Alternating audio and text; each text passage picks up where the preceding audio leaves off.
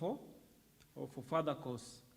Then there is the need to participate in violence or group loyalty for you to achieve your cause. So I'll go directly to what the government is doing so that in the interest of time. So these are the drivers to radicalization, to violent extremism. Grievances about the government: poverty, unemployment, marginalization, some of which is historical, personal adventure, just people who are adventurers, discrimination. So some of these grievances, they are perceived, and some of them are real. And what we are saying is that they need to be addressed, whether they are real or perceived, so that now we can be able to curb this menace of violent extremism. The common denominators are grievances. There is lack of. What is lacking? They are always saying this is not there, this is not there, this is not in place. The grievances, then they are given the ideology, and then mobilization bit. So places of radicalization: learning institutions, religious institutions, refugee camps, internet through social media, juvenile homes, training camps, prison and postal institutions, family setups. So in prisons, there's a new dynamic where radicalizers commit a crime that they know they'll be jailed for a short period of time. So during this short period of time when they're in jail, they are able to radicalize persons in prisons. And we know in our prisons there is a lot of grievances. There is a lot of dissatisfaction. So they take advantage to radicalize the inmates.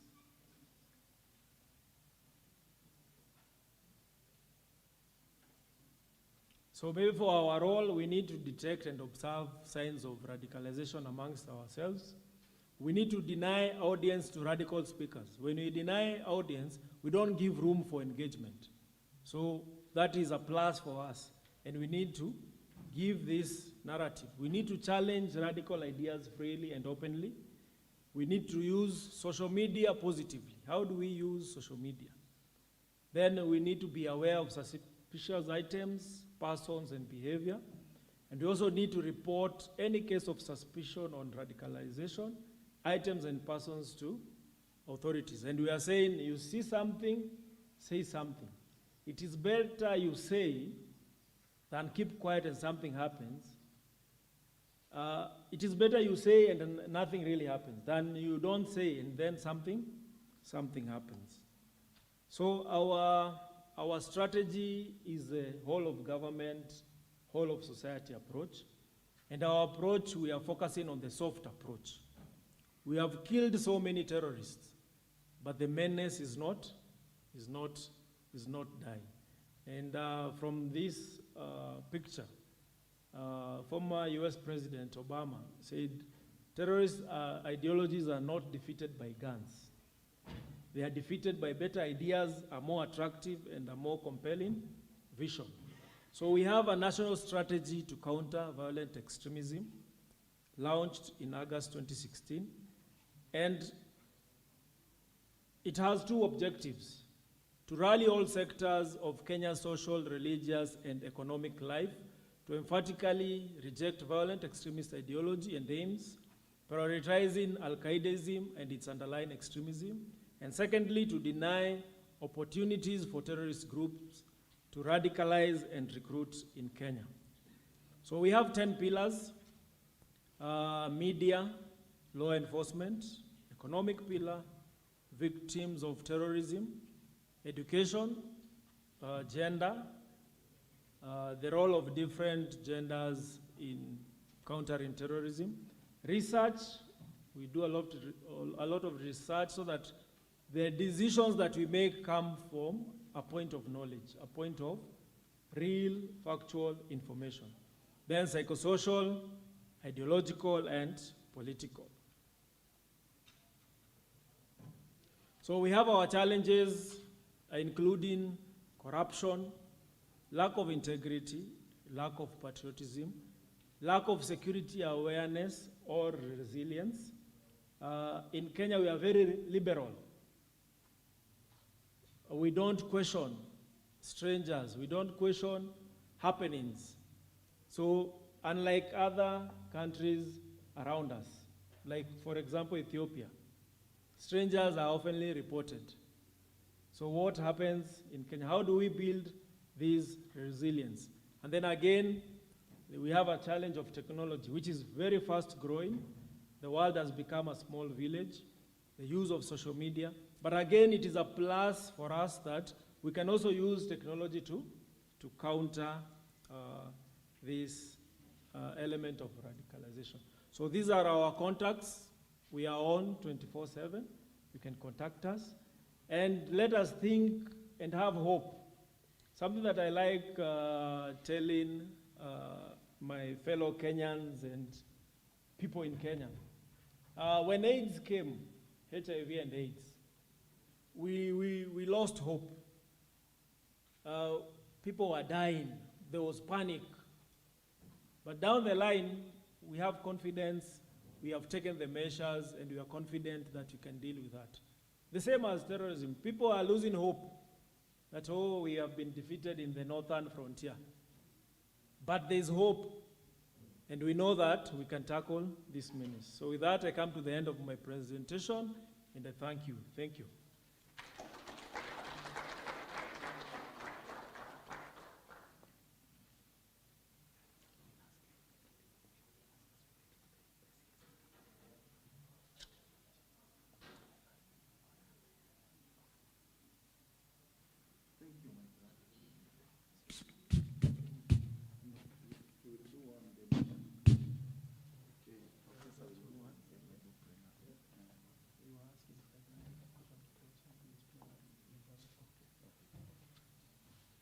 Ladies and gentlemen, if you allow, let's take another presentation from Professor Kennedy Mukutu on intimate partner violence, hearing the voices of men, and then we can take collectively together the plenary questions for Misisi and Professor Mukutu.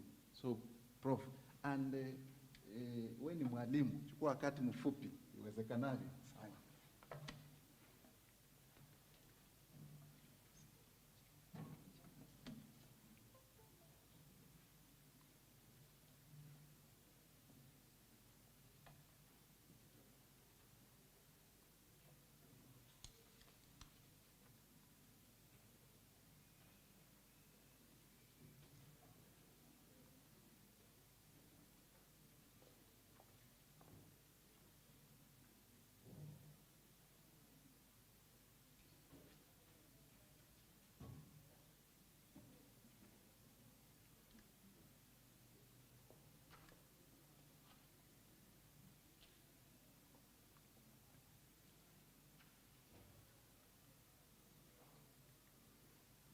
Are all protocols observed? My name is Kennedy Mukutu, and what I want to do is I want to start with three cases, small cases from the field. We are in Bungoma, and we're doing research. We're in Bungoma and we're doing research, and we're looking at crime and violence prevention, and we go to the police station, and at the police station we find a young man, 15 years old. He's been brought to the OCPD, and the issue is this young man has been accused of impregnating a 12-year-old. And so the parents want the boy punished, and of course, the boy has been brought to the police, and the girl is free. And so, the question is, this is a minor, the girl is a minor. The girl is called and the girl is brought, and then the girl comes with another baby, and the girl goes, this child here belongs to this young man, and in the stomach there is another baby. Well, for the court, that boy needs to be thrown in, and that boy would be thrown in for maybe another 10 years. The second case is a situation in, we are doing crime and violence prevention research in Kisumu, and we go to Kodiaga. And in Kodiaga, we find that many of the people in Kodiaga are young boys, 15 to around 30. Some of them have been in that place for 5 years, and their cases have not been addressed. And so this is the situation in this country where increasingly you're finding many, many, many young people behind the bars. In one of the interviews, it was noted the government favors women, and this was in Nakuru. Affirmative action is for women. This is making women hard-headed. And this is a man talking to us. A man cannot control his wife or tell her anything. She is not taking her traditional roles seriously. Men are angered by losing authority. And this is in Nakuru. And another man said, the man turns violent because he has no ears. And so my presentation is mainly looking at the voices of men. A lot of work has been done on women. And so in doing our research on crime and violence prevention for the last 8 years, we realized that, hey, all the finger is pointing at what? This man. Now, we decided that it was important for us to listen to the voices of men. And so what I'm going to share with you is basically intimate partner violence and basically hearing the voices of men. What are men saying out there? Have we consulted them? What is angering them? And basically, this is what I want to share. So this work was prompted by an apparent epidemic of intimate partner killings in the first half of 2019. In the first half of 2019, by June, 40 women had been actually killed by men in Kenya. Over 40 women and 5 men were killed by a current or ex-partner. It was already recognized that intimate partner violence is common and normalized. According to the Kenya Bureau of Statistics, 2014, 4 out of 10 women in Kenya are basically killed by men. Of course, the government of Kenya and civil society activists, researchers widely recognize this as a human rights, health, and development issues. And so as a result of this recognition, a lot of research on women experiencing violence and services for such women have been prioritized. And this is why we decided that it was important now to basically talk to these men, talk to young boys, and hear what is happening in the country. And so most studies in Kenya hear the voices of women. A study by NCRC raised interesting questions about perceptions of masculinity in Kenya. Late in 2018 and mid-2019 saw a massive upsurge in the killings of women. In fact, it was so high, and basically why media stopped reporting was basically the whole issue of the pandemic. It's the pandemic that actually prevented or basically made media to stop reporting about the killings. And so the quotes, as we went around, our research was done in 4 counties: Bungoma, Kwale, Mombasa, and Nakuru. And these are some of the quotes that came out of the work that used a mixed approach. And so what we did, we had a survey, but we also decided to take time to do FGDs with men so that we could basically listen to what they were saying. And so these are some of the quotes that came out in the FGD. A Kenyan man is an isolated man and a burdened man.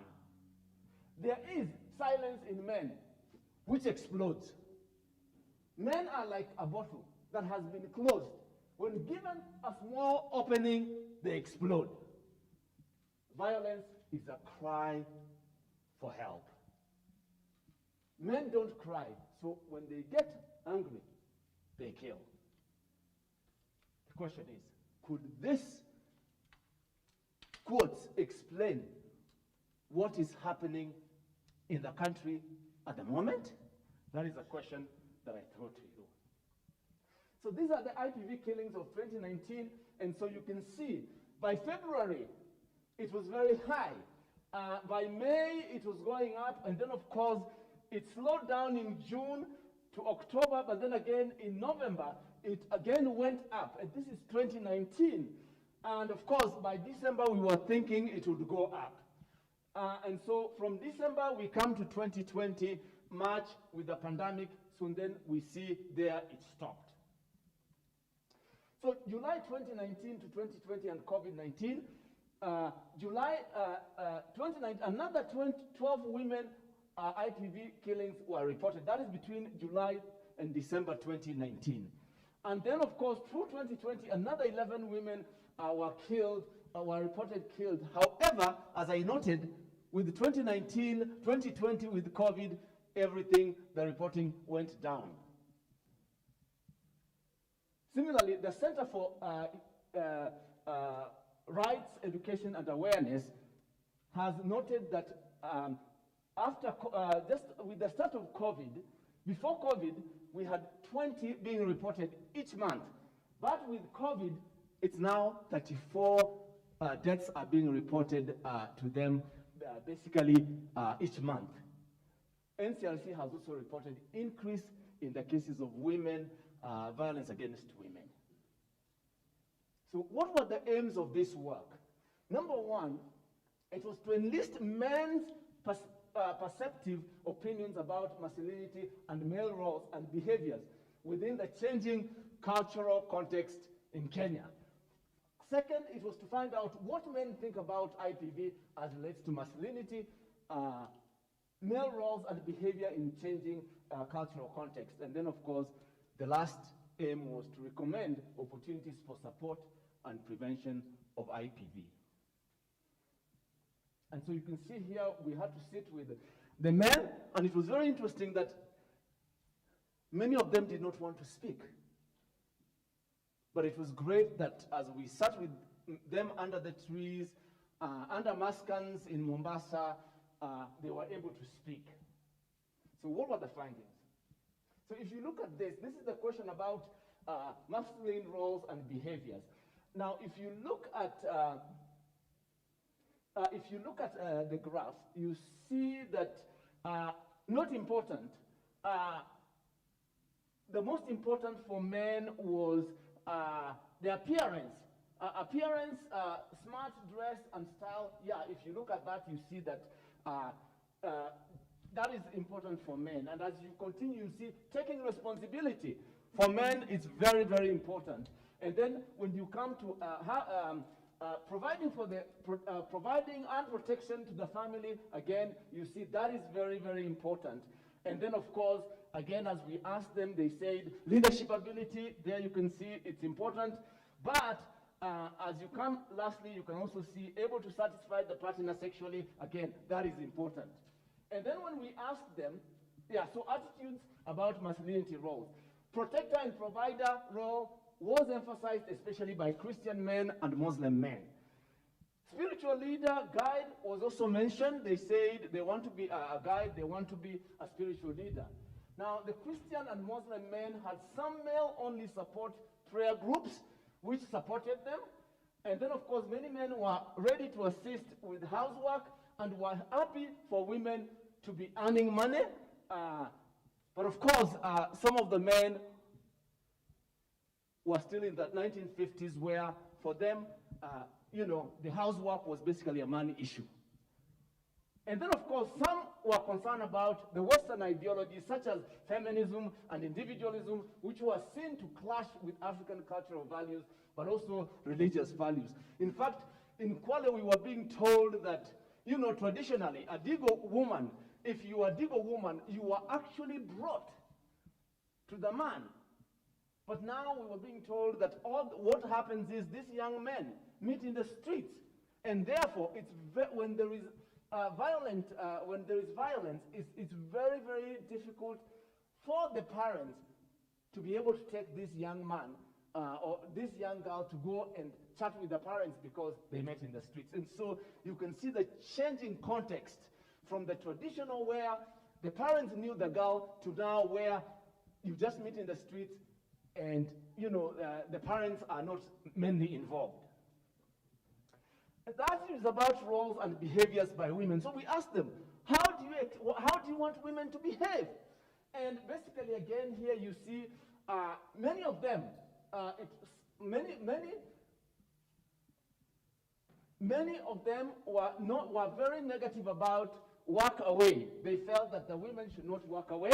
And so there you can see that is equal. You can see dispute with husband when alone together. Again, you can see the response. And then dispute with the husband in front of others. You can see strongly disagree. Many of them disagreed. And then dispute with other men in public, of course, many of them disagreed. But you can look at the last bar where I have another partner. And again, that is very, very important because it becomes a major, major issue in terms of gender-based, IPV, because here you can see the men. The men strongly disagreed that the women should have another partner. But the question is, how about if a man is allowed to have another partner? How about the woman? And here is where we found that as you look at the statistics, you find that the IPV is coming through because maybe the man, as we will see, is having another relationship. And of course, when the woman finds out, this then turns sour, and it ends up turning violent. And of course, there were several cases where we came through situation where this had happened. And so that is something that, again, as I'll talk about it later, but the society needs to think about it. Attitudes about controlling and negative behaviors by men. Again, having control over the money, again, you can see there, that was 50-50. Having control over wife, partner movements, again, you can see that was kind of equal. But then many men said that, insulting and calling women names, they don't like about that. Threatening, scaring, they disagreed about that. Slapping, pinching, they disagreed. Pushing, shoving, again, they disagreed. Hitting or kicking a woman, they disagreed. And then, of course, choking, burning, or cutting, they disagreed. Forced sex, they disagreed. Denying conjugal right, they disagreed. Now, this is a questionnaire. But now when you go into the focus group, that changes. When we now decided to chat with men in the focus group, that changed. Because some say men supported light physical discipline of women. And some said with something light like a scarf. That's what we were told in Kwale. If she has not done her duties, that's what we were told in Nakuru. If you beat a woman, you will be looked down upon. Men don't beat a woman unless they are mentally sick. And that is what we were told in Mombasa by some men. It helps to strengthen the relationship. That is what we were told in Bungoma. This did not relate to educational level, rural-urban difference, or religion. Older men were more likely to agree on questioning that forced sex was acceptable. And then factors contributing to IPV were voiced in the report that you will get.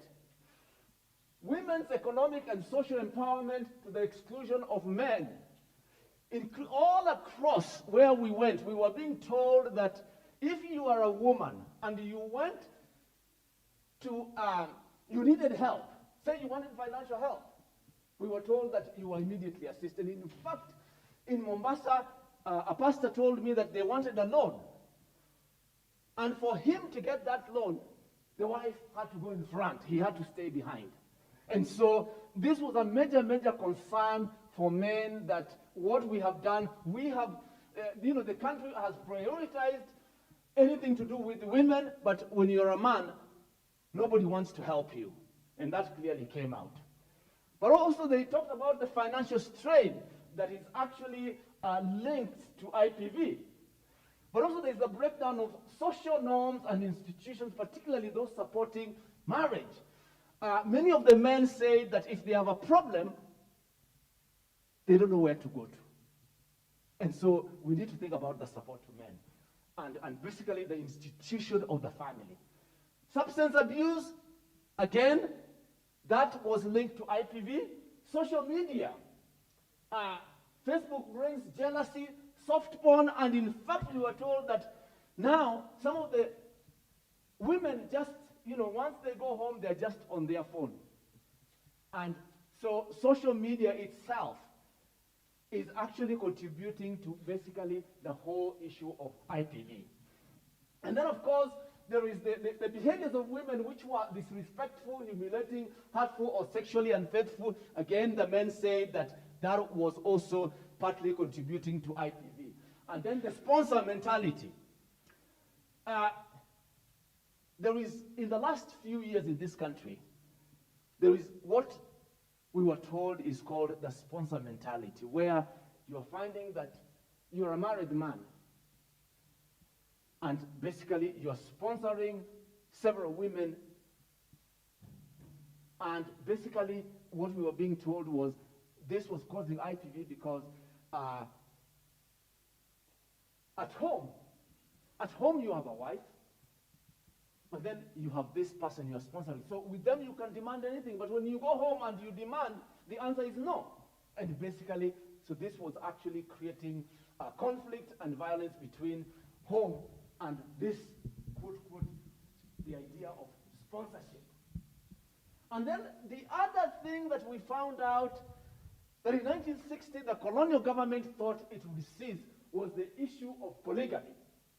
In fact, now the traditional polygamy is everybody knows, but increasingly we have what is called the informal polygamy, where a man has another wife.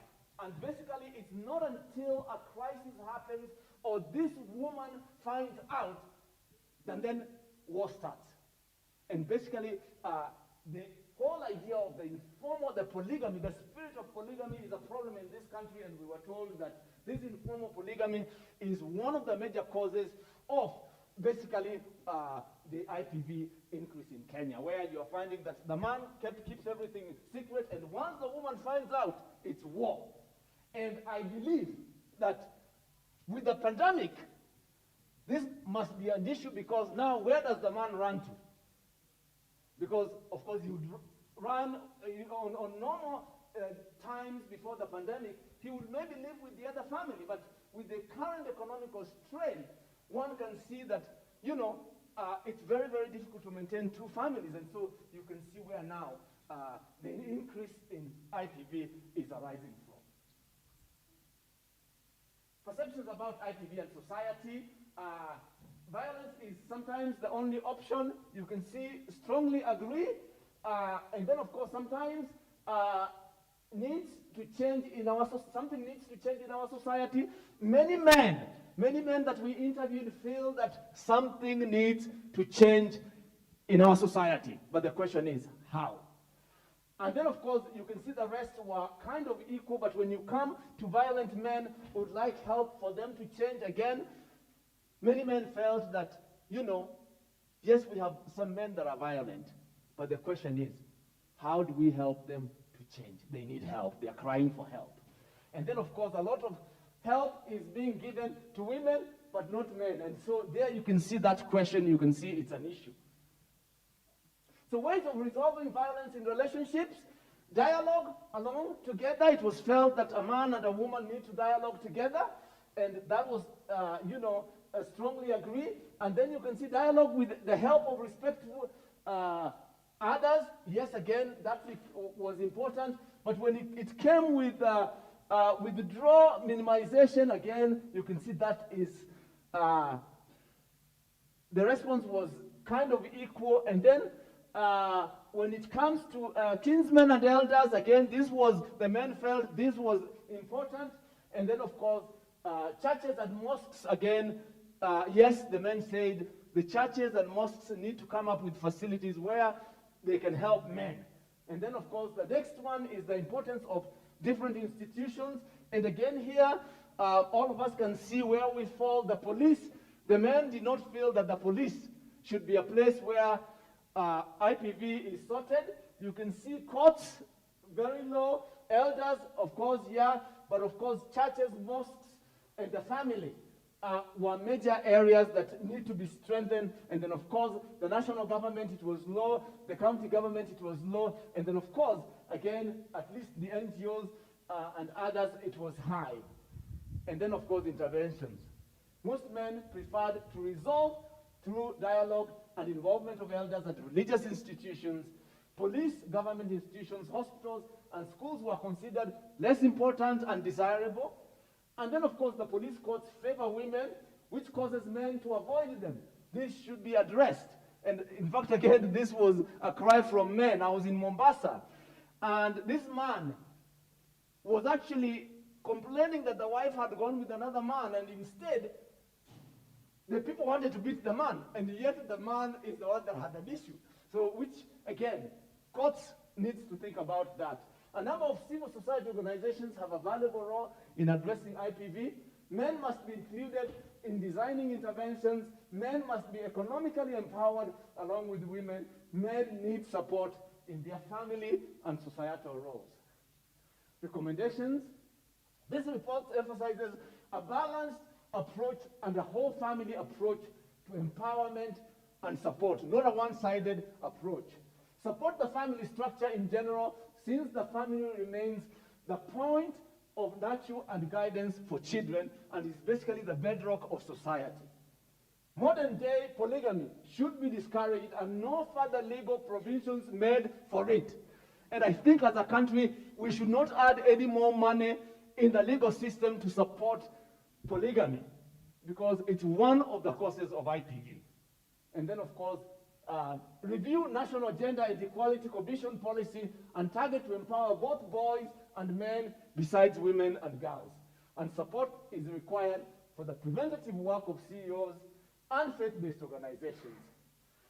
In conclusion, create a well-publicized confidential professional counseling service within the civil service and police based in each county. And among the things we found out that even within the police, IPV was very high. And so one suggestion to NPS is that in each county, it would be important to create a counseling desk for basically the police. Ensure widespread affordable access to professional counseling services at level 2, local clinic, hospitals, and especially the government can do that. Create fora for men to discuss issues common to them and boys, and find solutions and support. Thank you very much.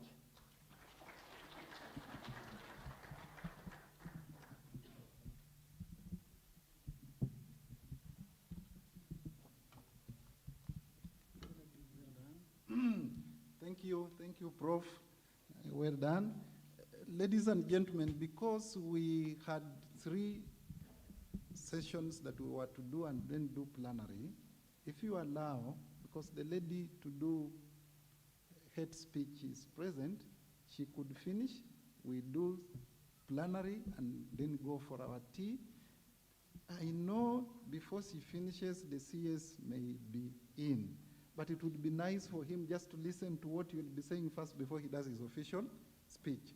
So please, if you could take the floor, take the shortest time, just like Professor Mkutu, finish so that we can break then for tea. We can do a brief plenary session, then break for tea. So please. And as she comes, Justice Ngenye, who is representing the Chief Justice, please, you are most welcome. We recognize your presence. And Caroline Soronei, representing the Attorney General, please welcome. We recognize your presence. Thank you.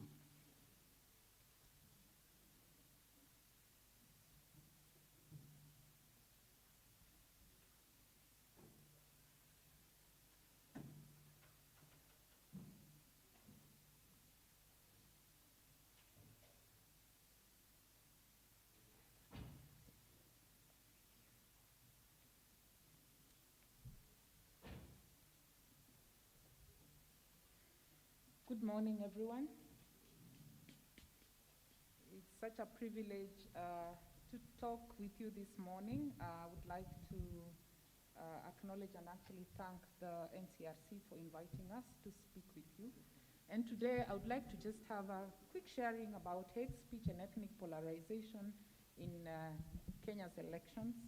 I think it is a very opportune time for us to speak about hate speech and related cohesion offenses at a time when we just had our by-elections and at a time when we are looking forward to having a possible referendum as well as a general election in not so many months to come, about 20 or so. So elections in Kenya, as you know, has been accompanied by violence, mapping actually all the way back to the 90s. But as I was reading my history, I realized that even the first election just after independence had minimal violence. And there have been very many causes or reasons attributed to the violence that we face in Kenya. Some of them have been said to be underlying causes of conflict that speak to inequitable distribution of resources, historical injustices, among many others. Nevertheless, one of the key triggers of violence around elections has been noted as hate speech. And hate speech is defined in our law, as I will share with you, to include words or behavior, written material, or let's just say in general expression that may incite violence on the basis of ethnicity. So there is a theory called the theory of pain, which basically suggests that when you observe or when you relate with someone who is in pain, your neurological functions react as if you are the one in pain. And this is the basis upon which hate speech incites pain and even physical reactions on the part of someone who has not really experienced what pain is being related to them. So this particular sharing has 5 objectives. One, I would like to highlight to you the definition of hate speech in the Kenyan context. I will also try to establish the linkage between hate speech and ethnic polarization. I will try to explain to you the measures that the National Cohesion and Integration Commission has used to counter hate speech in the past, and also share with you a few challenges in the course of this, and then I will give some recommendations to enable the country address hate speech better. So hate speech, as I had already said, is an expression of hostility towards people based on their ethnicity, race, religion, or even national origin. Well, I'm saying this because I'm from the NCIC. But essentially, hate speech could be an expression of hostility to a person even based on their gender or any other characteristics. In Article 33 of our Constitution, we note that everybody has a right to freedom of expression. However, this right does not extend to hate speech. And so our speech is limited by hate speech. Section 13 of the National Cohesion and Integration Act goes further to tell us that hate speech may be words or behavior, written material, a play, a recording, visual, images, or even a program which is threatening, abusive, or insulting with the intention to stir up ethnic hatred or that which is likely to stir up ethnic hatred. Other laws that actually cover hate speech include the Penal Code in its section 77(3) as well as section 96. The Penal Code talks about subversive content. So it forbids engagement or generation of subversive content which is meant to incite violence or hate on the basis of ethnicity, race, or religion. There are a few things that are missing in our legal definition of hate speech, and I've already mentioned one of them, which basically is that hate speech is limited to characteristics of ethnicity, race, religion, and they do not cover issues of gender and many other characteristics that may still experience this particular aspect.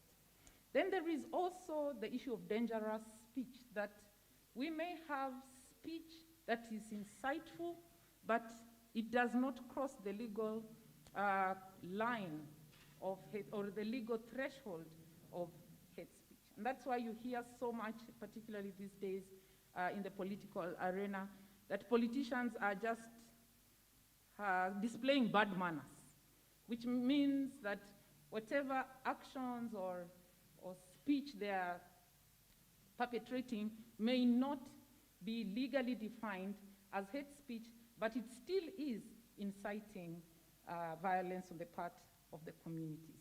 Then there is the issue of coded language and the use of gestures.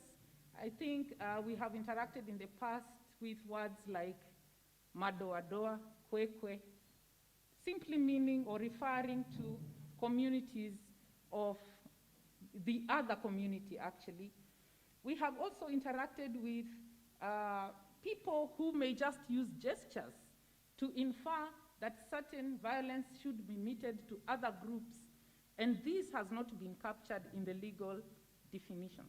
There's also the issue of hate crime, that words, inciting words do not just stop at being words, but they actually translate into deed. And so when this action happens as a result of the words spoken, in many contexts that is described as a hate crime. If you, for example, look at the many crimes that happened after the US election that were attributed to what was spoken. Or we can say someone just pushing another one down the stairs simply because that person is from a certain community. Then finally, there is also a gap in the issue of misinformation and fake news. As you all know, with increased access on social media, all citizens are now newsmakers. We call that citizen journalism. And therefore, the regulation of news on social media is highly vague right now. There is a lot of misinformation.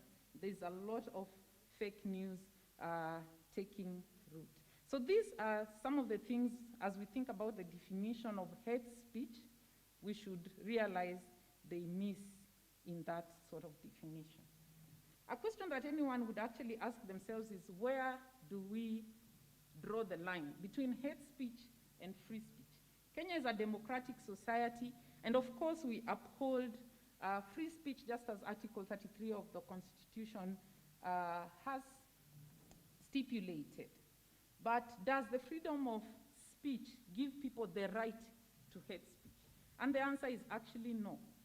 That when you are perpetrating hate speech, you are in essence limiting the freedom of speech of someone else. And therefore, our democratic ideals have to stop at the point where you are violating the rights of the other. Well, some contexts we call that, we have actually disaggregated protected speech and unprotected speech. So in our Constitution, there is protected speech, but there is also unprotected speech, where freedom of speech is limited in that cases. There are a few consequences of hate speech. Actually, there are many, but I've just singled out these four. The first one is hurt feelings. So basically, hate speech hurts. When you hear what stereotypes people put on your group or your identity, when these things are actually false, it hurts. When these things stir up hate on the part of another group against your group, it actually hurts. But hate speech goes beyond hurt feelings to dehumanization. I am sure you remember how the Jews were called vermins in Rwanda, the same applied, cockroaches, where you dehumanize the person into something you can actually deal with without the feeling that you are undertaking that which is inhuman. So dehumanization is part or is one of the results of hate speech. Then hate speech translates directly into violence. And a very good case is our very own 2007 post-election violence, where we experienced a lot of hate speech prior to the violence. Another case would be the 2014 violence or attacks against shelters in Germany. There is recorded increasing speech, hate speech in Germany, and also the violence against refugee shelters is actually recorded to have increased. Then hate speech is also related to hate crime. And hate crime could be single incidents of hate against individuals, but hate crime could also be a collective effect that can actually be done against a whole community. And when it gets to that point, the unfortunate thing may happen, and that is genocide. So how do we counter hate speech? Before we do that, I would just like to quickly talk you through the process of how NCRC handles complaints. So we have actually all our complaints come from the public, and we do have walk-ins. Someone can walk into the office, someone can email using our official general email or going through the website. We do have an interactive posting on the website. You can also write a letter to our postal address, and all the complaints go to the complaints desk, where these complaints are acknowledged and analyzed to see whether they actually fit within our mandate. For those that do, they are forwarded to the investigations desk, and the investigators gather evidence and compile police files. Well, for those that do not make it to the investigations desk, we do work under a network called Integrated Public Complaints Management System, where if complaints are in regard to the mandate of EACC, for example, they'll be forwarded to EACC or Kenya National Human Rights Commission or National Gender and Equality Commission. So a number of commissions have come together to form an integrated complaints mechanism where they can share complaints in the event complaints land on desks of the various commissions.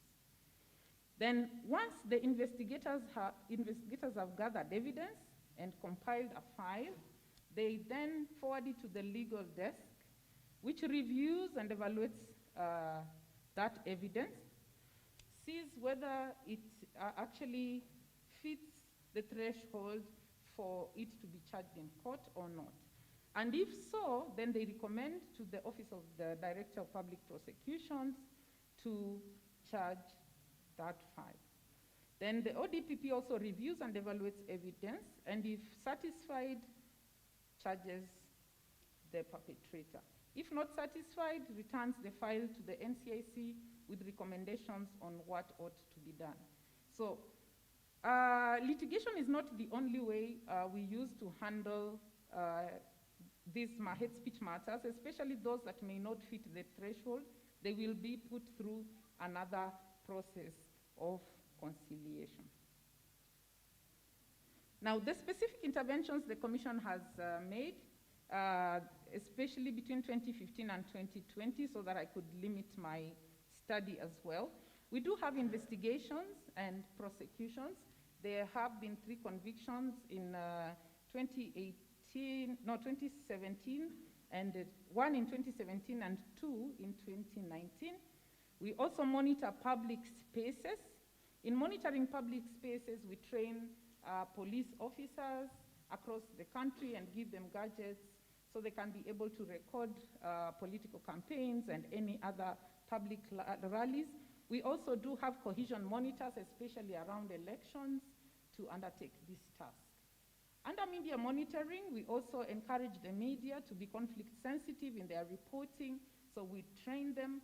We also have some media guidelines on how this can be done in collaboration with the Communication Authority of Kenya and the Media Council of Kenya. We also have mounted a wall of shame and fame where we call out people who are perpetrating hate speech or incitement to ethnic violence, and we also acknowledge or recognize those who are working towards unity. In terms of public awareness, we undertake public education to enhance the capacity of the communities, one, to counter hate speech, but also to resist manipulation through hate speech so that people cannot engage in violence on the basis of that. Then finally, we also work with the criminal justice system actors like prosecutors and judges to enhance their capacity in handling hate speech cases. There are a few lessons we've learned from our past prosecutions.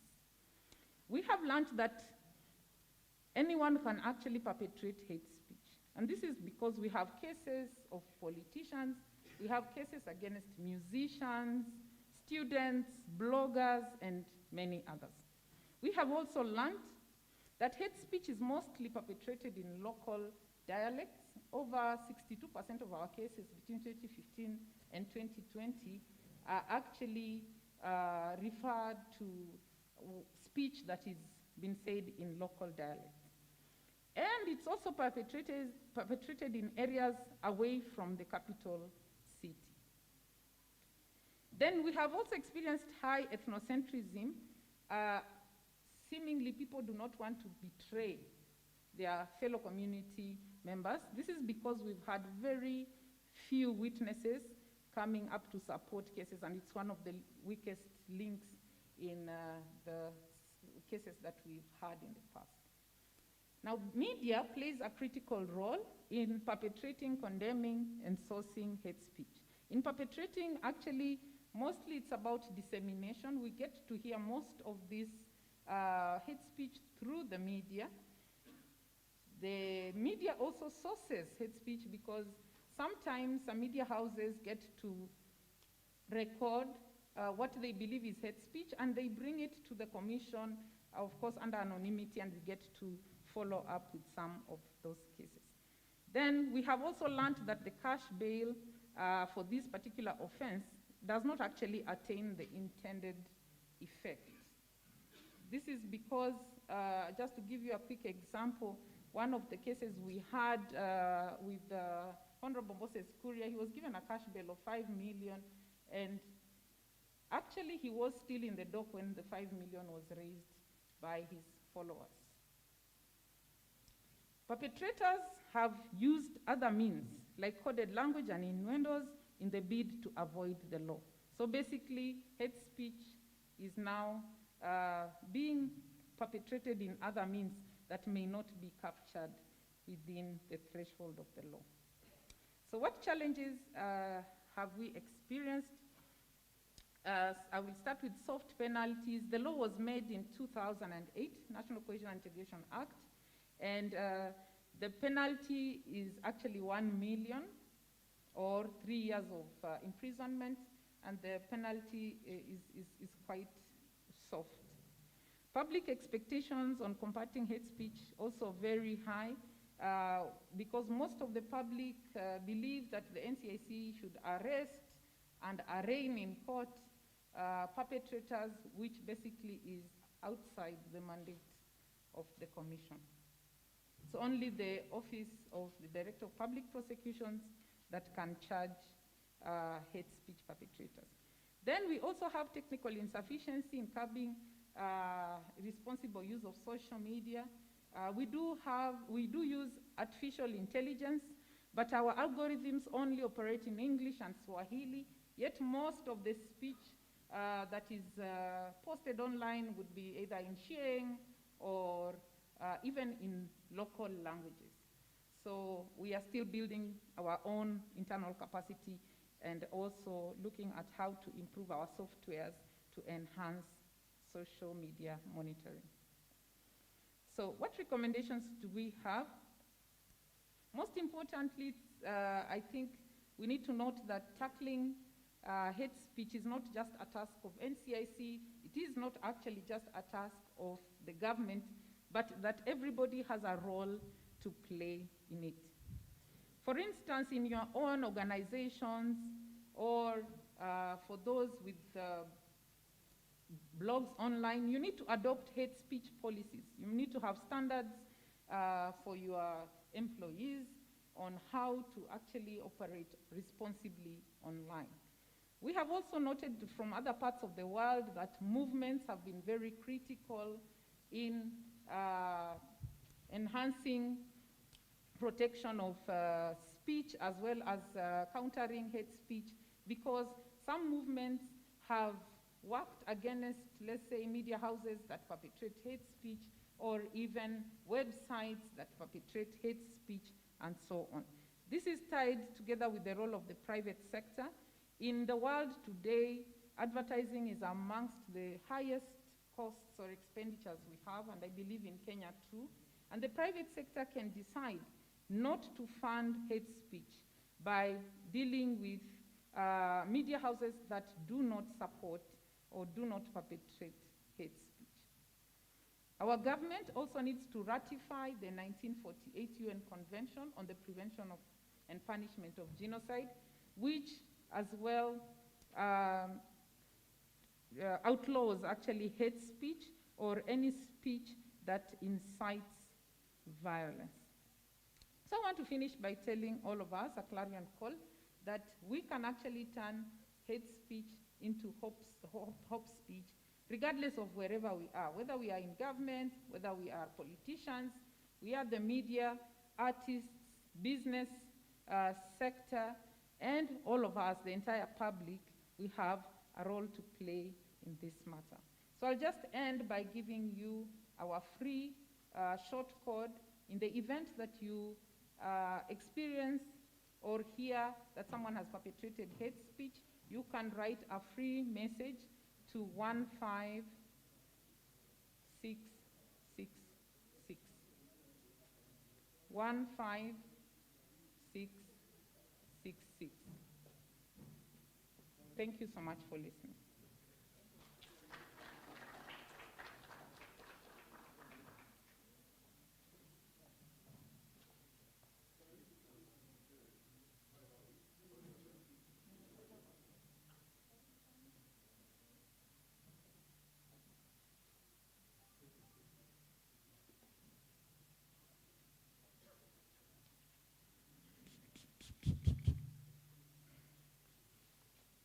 Distinguished delegates, thank you very much. I think I announced the presence of our CS, so we'll be able to also receive his official speech. Madam Jackie, I think it is now an opportune moment for you and the presenters who have presented the 3 thematic areas to come occupy the upper space here, and in a brief moment have reactions from the plenary, because that is the gist of this conference, getting the very impactful reactions that can provide us with recommendations and action steps that agencies in the administration of criminal justice system in this country can use to reinforce some of the areas that we have discussed. So nitaomba you presenters, Professor Mkutu, Madam, please, and my colleague from counterterrorism, kuja hapa mbele. Madam Jacqueline, where are you yourself? And the session is yours. Guys who have mics, have the mics wet sanitized, and you can have anybody raise a comment, an observation, a recommendation, a reinforcement, and then, Madam, please proceed. The floor is yours. I'll just talk to the CS briefly, then we'll come.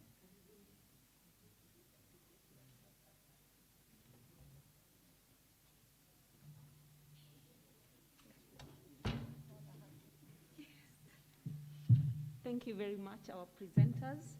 I think we've had a very, very insightful morning.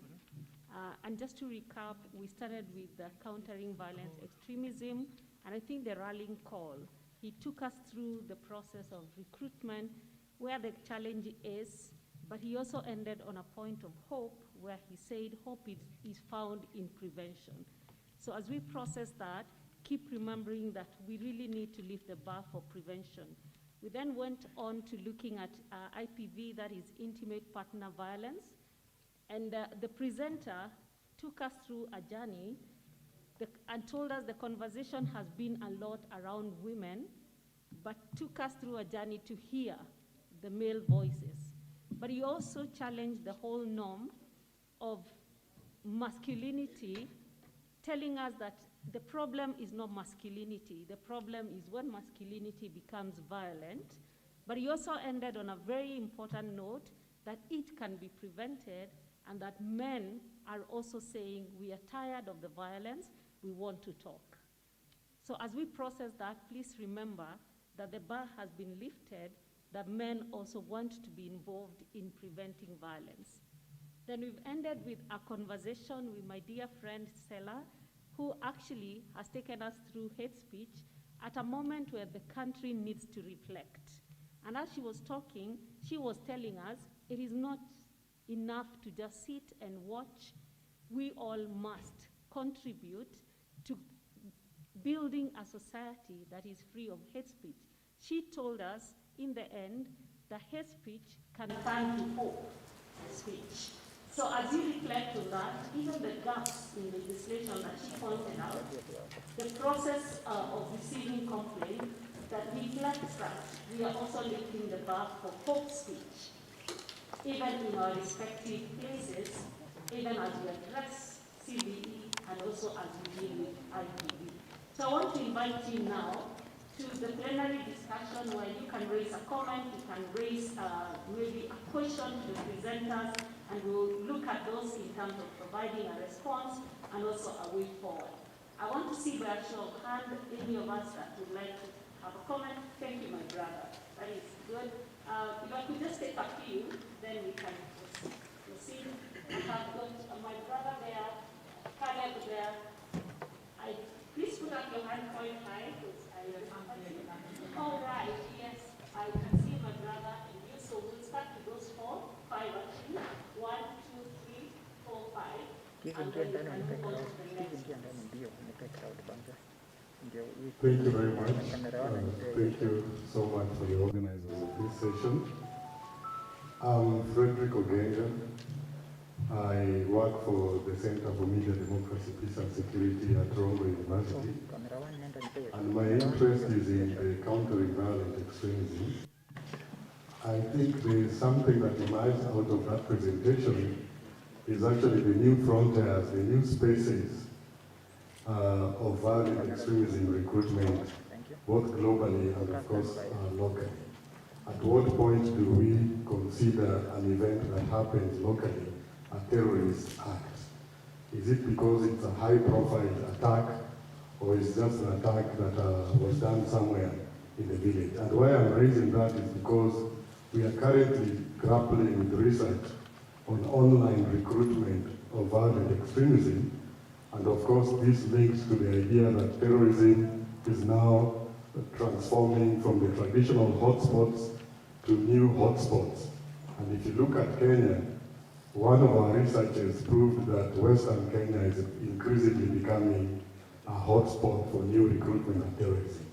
And now connected to this is the recent event that happened in Kisumu, where a young man went and took a pistol from a police officer and shot that police officer around about in Kisumu, and shot several others indiscriminately. Of course, that young man met the fate of the public. He was mob justice, and he died. But if you look at the profile, the Facebook profile of that young man, then you can begin seeing our fears awakening. One of which is that that boy was raised in Migori, that is his home village. The boy is a student at Moi University. The boy terrorized residents of Kisumu, and the boy has actually liked a Christian Union Facebook group, and one of his favorite artists, gospel artists, is actually a gospel artist. So you find yourself asking what a turnaround. So in terms of preventing violent extremism, you'd want to imagine that this boy is either a returnee from Somalia, or maybe somebody who has been self-radicalized and is now a lone wolf. Or thirdly, it is somebody that has been motivated by the pressures that have been presented by COVID-19, where we see the fault line worsening and the drivers of violent extremism like poverty, unemployment, and all these things taking advantage. So you find that guy operating in that manner. So my challenge to the NCCT is that to what extent now do you want to involve local actors, especially in your disengagement, rehabilitation, and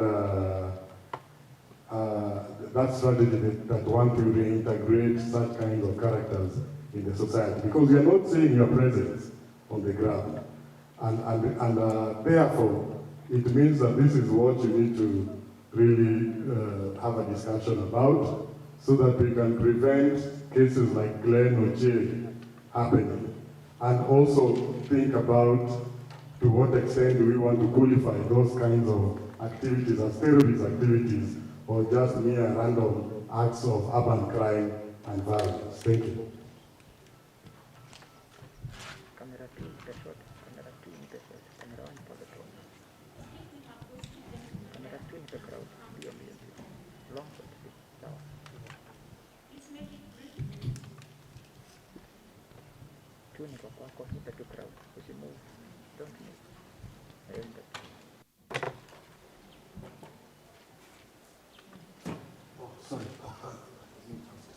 Sorry, thank you so much.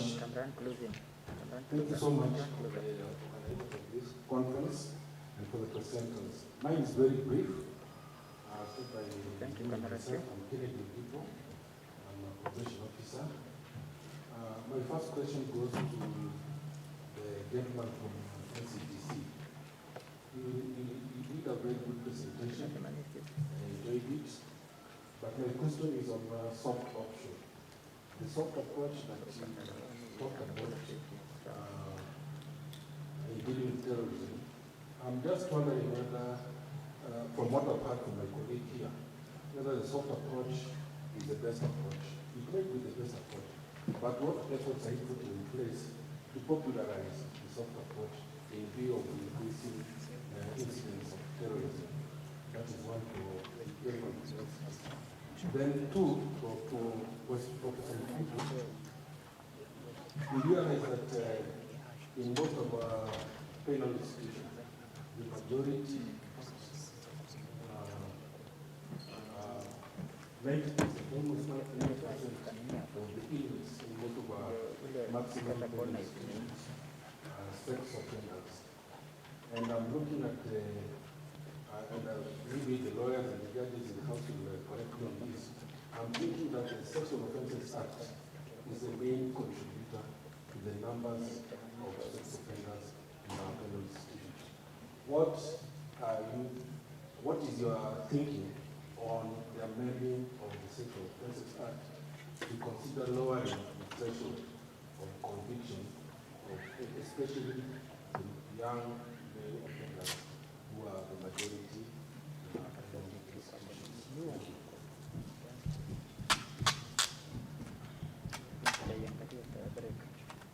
Okay, thank you so much. I'm Caleb Wanga. I work for Salama Reforms Fund. It's a security sector reforms coalition. My question is closely related to his, but it is also directed to Professor Mkutu. On the role of the family in countering crime in the society. Because we realize that most of the people, most of the young people involved in crime have certain gaps in terms of upbringing or family, kind of family mentorship. What do you think can be done? What could be some clear recommendations that can be taken up, even by the legal teams here, to ensure that we strengthen the families as a way of dealing with crime in our society? Thank you. Good morning. My name is Richard Edward. Professor at Kenyatta University in Malaki. particular, biology and forensic science, but representing my vice chancellor, Professor Bowen, in this gathering. My question straight away goes to Pilot K. In your presentation, you actually highlighted that institutions of higher learning and institutions in general are soft spot, and you gave the Garissa example.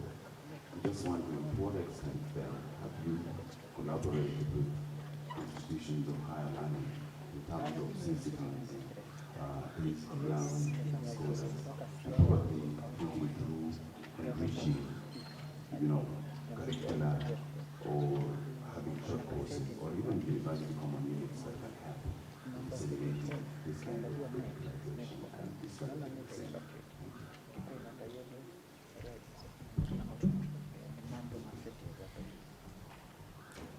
Thank you very much.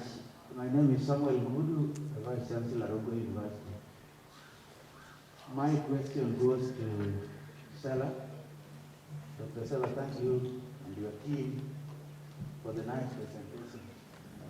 In your opening introduction, as you were looking at the hate speech, you say that most of this, anytime we go for election, national election, it looks like the speech from the politicians is a major cause, one of the major contributors to national violence during election. In your assessment and recommendation, I didn't see much going to the politicians, because we all know that some of the speech the politicians normally make, and they have started in this country, you just feel like something should happen and happen immediately while you're still on the stage. But nothing seems to happen. Is it high time we need to change the laws? Is it the time to include the dangerous speech among the hate speech and penalties leveled against them as much? Because it looks like nothing is happening to politicians, despite the fact that they are inciting violence. I think the law must change. Thank you.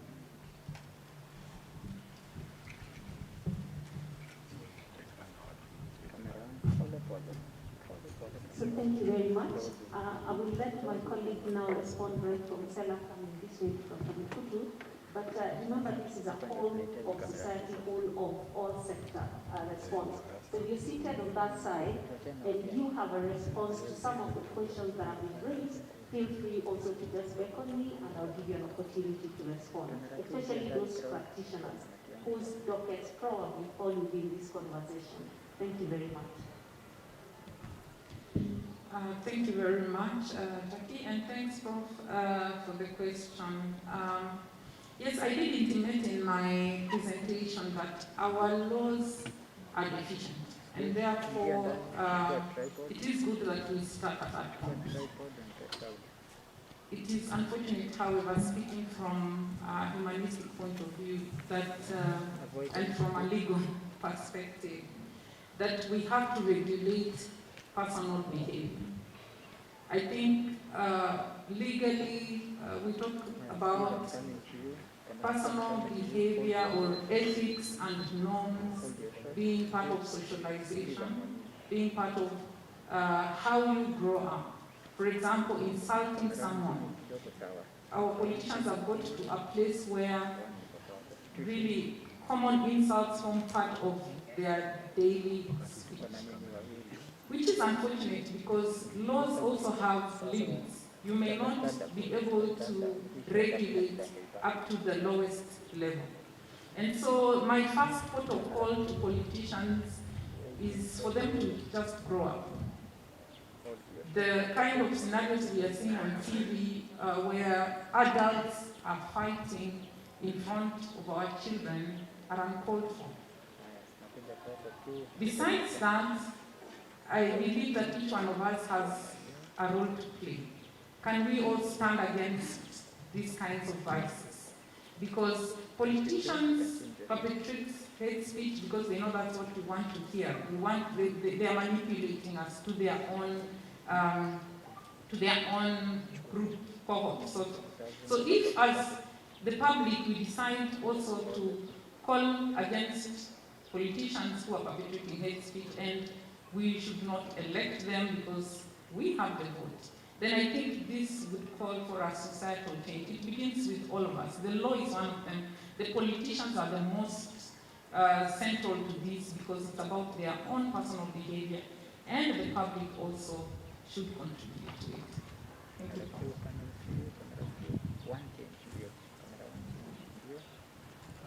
Thank you for the questions from Brian, Kennedy, and Professor Peter.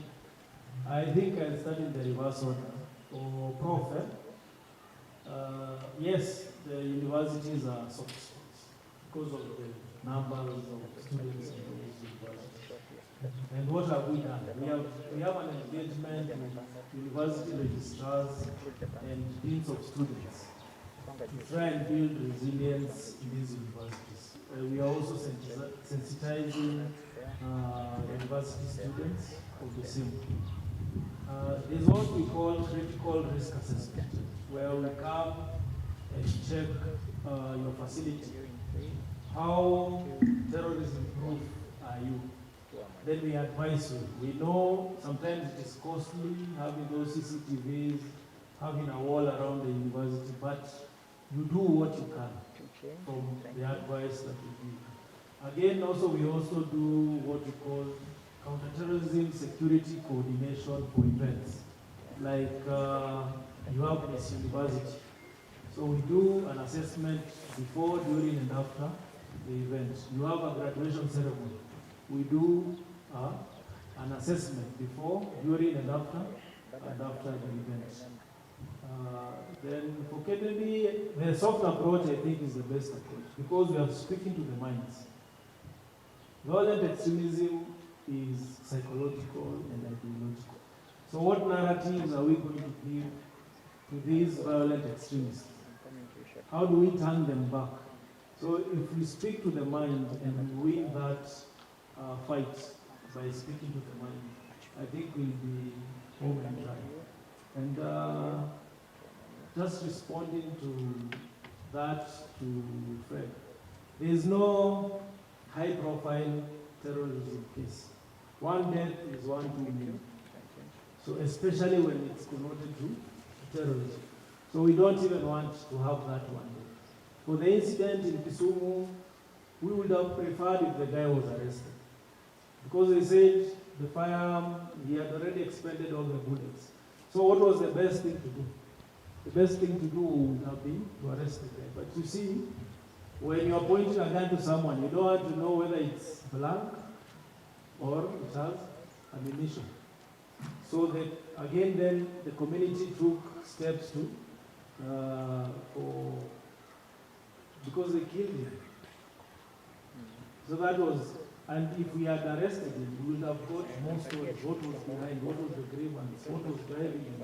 We would have got more information, and then we know how to counter. We have this DRR for returnees. If we identify you as returnee, and as I said, if you come, it depends who finds you first. And the more we sensitize, the more we know how to deal with the returnees and those who have been targeted. So who finds you first? If you are in uniform, if you're in the Al-Shabaab regalia,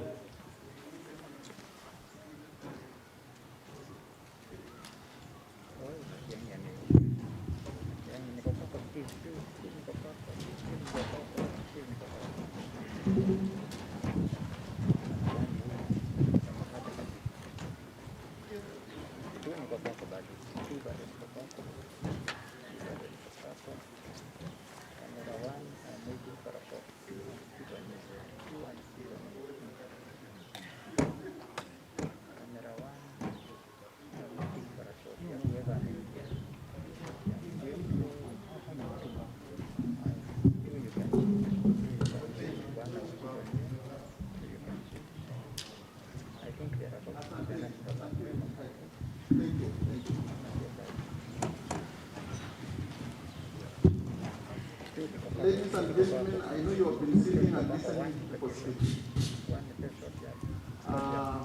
I want to call your attention to the presence of our Cabinet Secretary and the Chief Guest.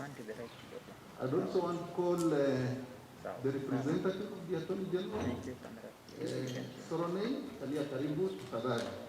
Madam Soronei, where we can see you. And on this note, can I ask the team to officiate by a national anthem and just say one stanza in the interest of time? I need the best shot. Kimbia kule mbele. Kamera tu kimbia kule mbele. Iko ready? Nataka shot ya watu. Kamera kimbia mkuu. Kimbia.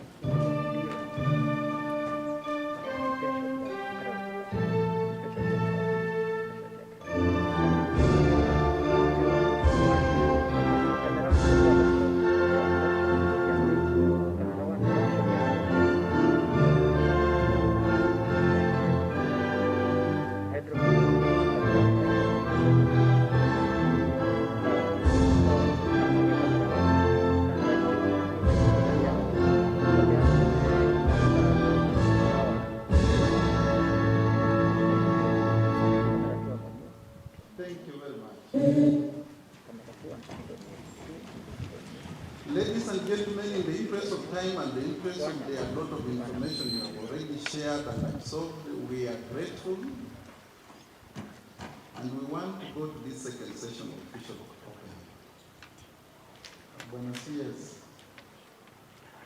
One, I will want to keep speaking in English so that I do not speak a lot in Swahili. These distinguished guests, delegates have been here from 8:30, and we started effectively talking about 3 areas.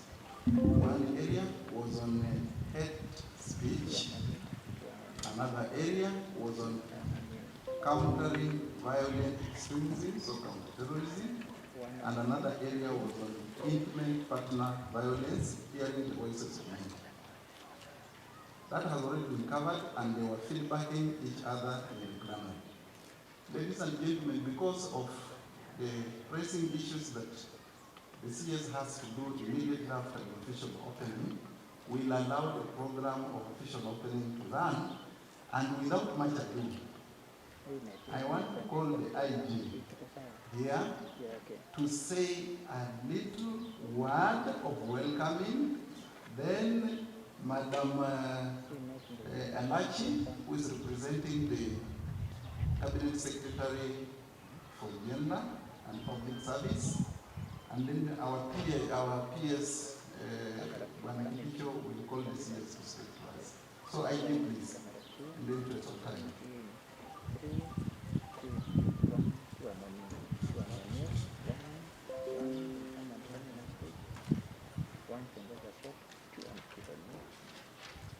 Thank you, CS, Dr. Fred Matiang, PS, the coordinators for this meeting or conference. I'll be honest here, I'm not prepared to make a comment, but it's a good ambush that I have to say something. Mine is to appreciate the essence of bringing all the stakeholders together on this area of the National Crime Research Crime, which we have quite a number of collaborators, including the Justice and Law and the Order and the other agencies. I'm seeing some of the thematic areas in the programs are very interesting for discussions, which include the home-based crimes and family violence in the context of COVID-19. This is an area that is very attractive, and I'm very sure you'll be able to share more experiences on this. And also the issues of the election crimes and offenses in the election periods. These are very good experience to share and how to be able to come through over this. Since it was not meant to be my day to make a speech, mine is just to say that it's a good environment for us to exchange ideas and see how we can manage some of the common and emerging crimes we are witnessing today and likely in the future. So we take more time so that we can look at the more going forward in terms of solutions and how we can see each agency responsibility to contribute towards managing some of these challenges. What I want to say, police is not the only agencies which is alone managing these challenges. We play a major part of the management and enforcement of crimes in terms of using these challenges, but other stakeholders, they are also a very key areas, including the judiciary. Once we identify the criminals or the offenders, we apprehend, we do it within the law, and our major mandate is to do the investigations and arraign the suspect before the court. The rest the court manages, and it's our expectations that each part and agency and partner in this process, once complete its part, will be able to manage the future of the challenges we are facing today. I'll be honest, it discourages us as National Police Service. When we arrest and apprehend an offender, and only to see when we arrange before court, he only pays a bail, and maybe we never see the follow-up of that case. We want to encourage and work as a team so that we can be able to manage the perpetuation of the same crimes. We see obvious, and they continue because no proper management of the process is seen to be done. With those few remarks, I would not like to go out of context. I will return the mandate to you and say thank you. And we are ready to see it for further.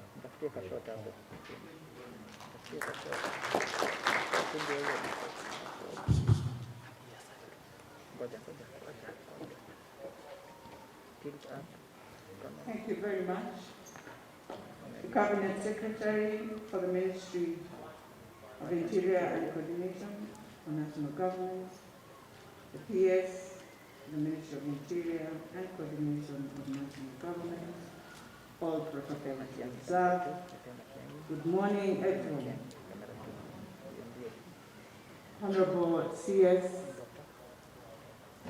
I humbly join you today on behalf of my Cabinet Secretary, Professor Margaret Kobia, as we join hands today to discuss and see and look at the study that has come out on crime in our country, Kenya. We know that very well as women, we've always been the victims, especially in election violence and even in domestic violence. And we want to thank your ministry for the support that you have given us, especially in gender-based violence, and really bringing up the desks, but more importantly, having a program that you're running with the police to see and to ensure that even women in this country can feel safe. We are also happy to join you and say that we know there's a lot for the young people. Being the Ministry of Public Service, the most important thing and the worry we have, and we know that we will join hands, is to see how we help our young people, especially on the issue of unemployment, but more importantly, to even dignify the employment of boda boda, because I know that is where politicians are going to use young people to be in crime, in violence, and therefore we hope and pray through the different services of Huduma and the continuing program of ensuring that boda bodas are in circles, that we shall be able to move together and work together to bring these young people to understand that you can be a boda boda but do the duties and respect the responsibility as a citizen, but also as an employer as you carry your client. So with those few remarks, we just want to say thank you. And as a ministry, we will continue working together. And we just want to wish you well as you continue. Thank you very much.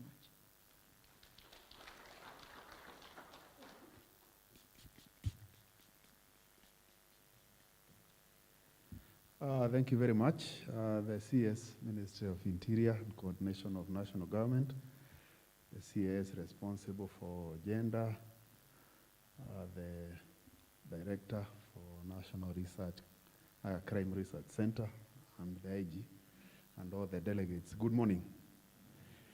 I'm happy to be here today before you in this very important conference that we have all come to look at data and discuss crime in our country.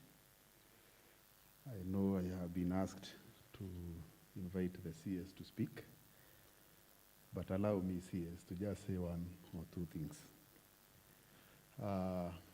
Because we are here to discuss crime, we must also ask ourselves whether we are here to discuss crime as an academic exercise, or we are here to discuss crime that is actual crime in our country, because perception is also an important thing, yes. For the beautiful ladies who are in this room, there's a very big difference between telling you you are beautiful and telling you you are not ugly.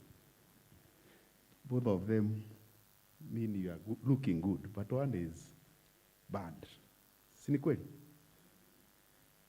There is also a difference, and I'm just saying this in very good faith, in what I think the economic recovery strategy of 2002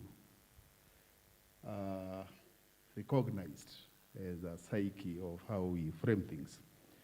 Because since independence, we had been writing policy papers, CS, on poverty eradication. And when you do that, you start by admitting there is poverty and you want to eradicate it. But it means the same thing from what ERS said, that instead of us telling our people that we are here to eradicate poverty, why can't we tell them we are here for wealth creation? It means the same thing, more money to the country.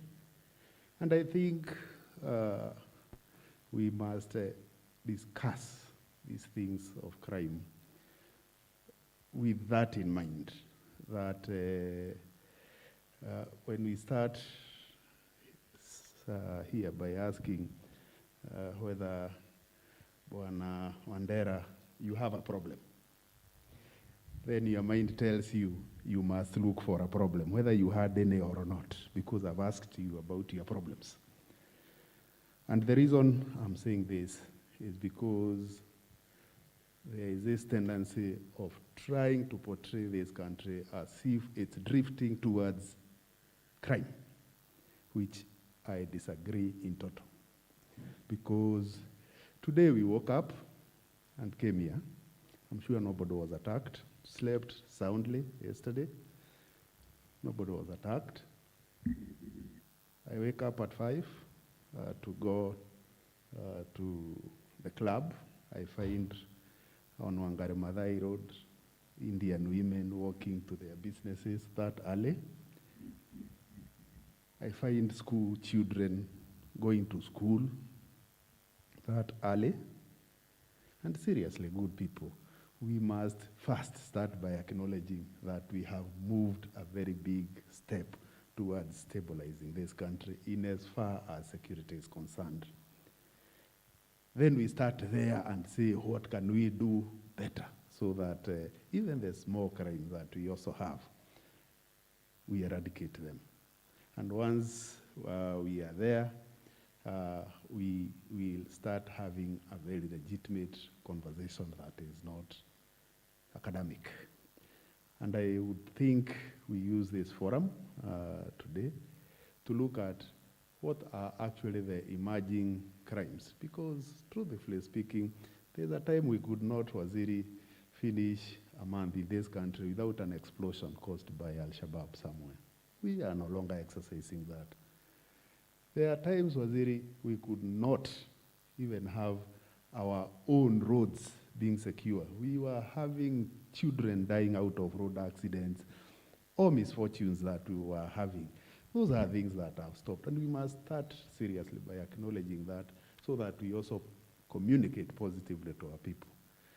So I felt that it is good that as we go on with this conference, we start from where we are, recognize the positive gains that we have put, and then start now scrutinizing where is it we can touch to do better. And with those few remarks, it's now my distinct pleasure to invite our CS to officially open this conference. Waziri.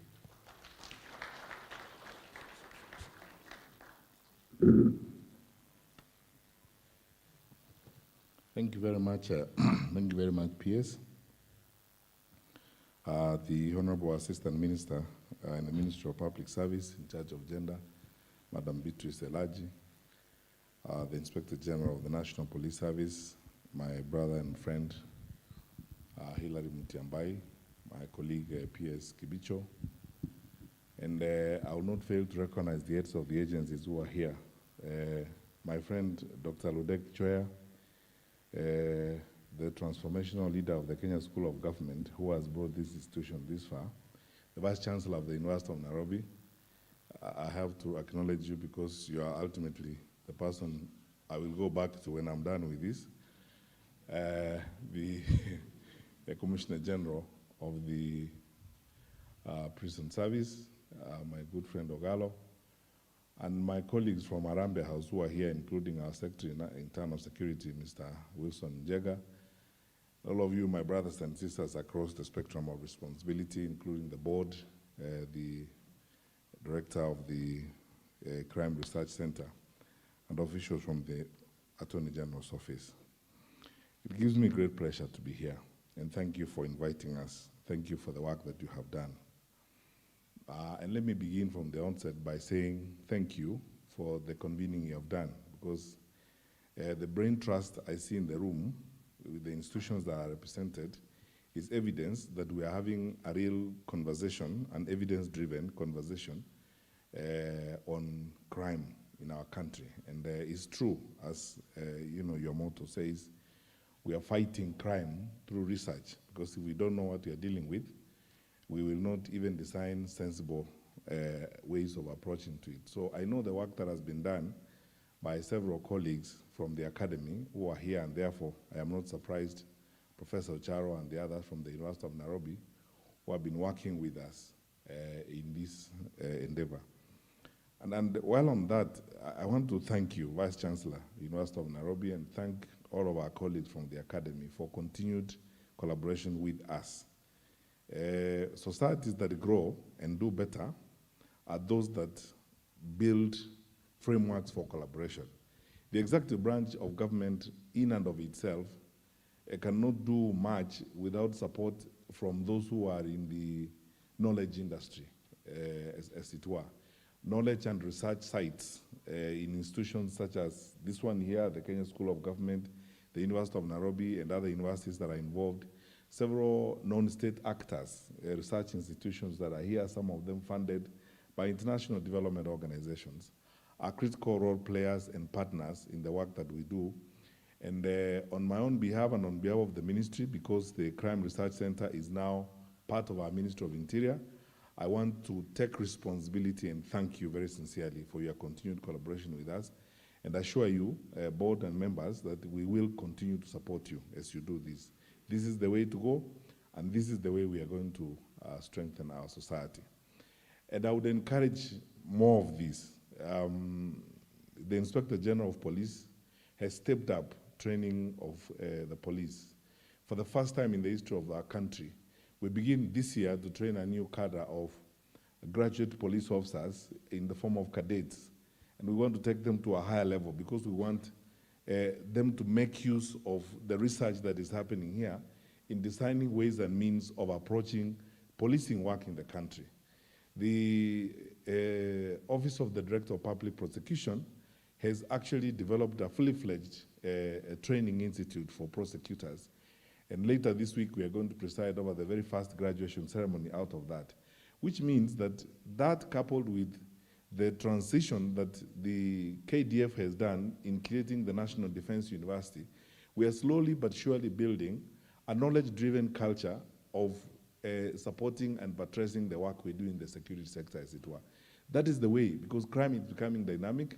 We ourselves must remain at the head, at the cutting edge of what happens by depending more and more on research, on information that is collected, on real data, and things that happen to be able to secure our society as we go forward. So I want to assure you wholeheartedly and from the bottom of my heart, colleagues who are here from academic institutions and research agencies, that you will find in us very worthwhile partners and committed people who will do our part very sincerely in fostering our relations, in working together with you, and in ensuring that as we keep going along, Professor Charo and the colleagues from the University of Nairobi, that we will surely build a systematic and institutionalized way of managing crime in our society and building a better society as we go forward.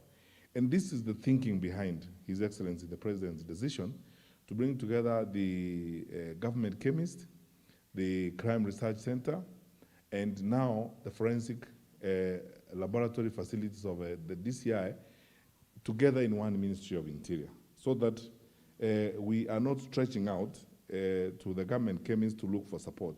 We can put these resources together. It's defeating the institutional challenges to effective delivery, because in most cases, bureaucracy is the foremost enemy of effective delivery of services to the people. So when we pull together, such as we have, the government chemist, the forensic facilities and forensic lab of the DCI, and the Crime Research Center, now add to that the resources we get through collaboration with the University of Nairobi, with several academic institutions, we can only become stronger, better, much more focused, and better informed in handling crime in our country. Now, that said, I associate myself fully with the remarks that have been made by my colleagues who spoke before me. And I want to thank you for this work. And I hope that as we go along, we are now going to develop a body of reliable statistics and knowledge that will show us the trajectories we are traveling in terms of, fighting crime in our country. Where are the new areas of crime? And what are we supposed to do about this? Let me point out something. Much as we are looking at some of these issues today, and Wandera, you outlined some of these, hate speech, intimate partner, violence, and so on. When I was at the Ministry of Education, we were also dealing with the elements of the development of radicalization and how it seeps through to educational institutions, especially the universities. And that some of our universities and institutions of learning were becoming centers of interest for radical elements that want to recruit for terrorism training outside the country. We need to look at everything across the board as we go along. We are developing our systems, and for the last 10 years, for example, one thing that this administration has done, and one thing that President Kenyatta has done, is invest very heavily in capacitating security institutions. We have changed the ratio of population to police. We have changed the capacity, in terms of equipment and resources for the security sector. We have improved through, what President Kenyatta introduced as a multi-agency framework of managing security. Information sharing and management is much better. We have improved the deployment of technology, and we are now seeing increased investment in technology to fight crime as we know it. But going into the future, we still have to tackle some of what you may call traditional challenges that we have had. This week, everyone, and that's where I'm going to start my remarks, my substantive remarks, everyone has been telling me, I've seen newspaper editorials, columnists, Macharia Gaido, and everybody telling me we must go, Matiang'i must go beyond the tough talk in fighting crime, fighting the violence in the by-elections and so on in the country. I am ready to go beyond the tough talk. But look, my friends, because we are all citizens of this great country, time is here for us to have a comprehensive and candid conversation one with another. Law enforcement and fighting crime is not the responsibility of the police and the security sector institutions alone. I am not shirking. I am not running away from our responsibility.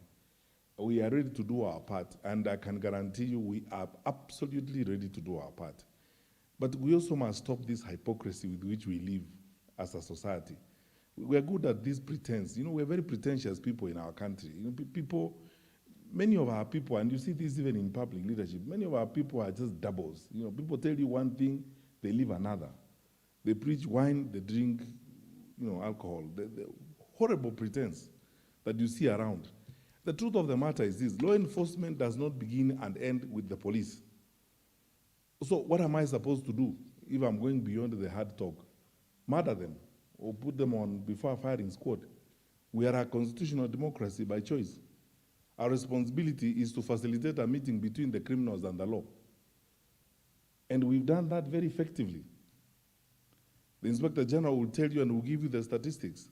We have strengthened our research. In fact, in the last 3 years, and I can ask you, Wandera, to confirm this through statistics, the Directorate of Criminal Investigations has done more arrests, has been more successful in breaking cartels, especially contraband, criminal cartels that are moving drugs around, than ever before, because of insisting on ensuring the law is done.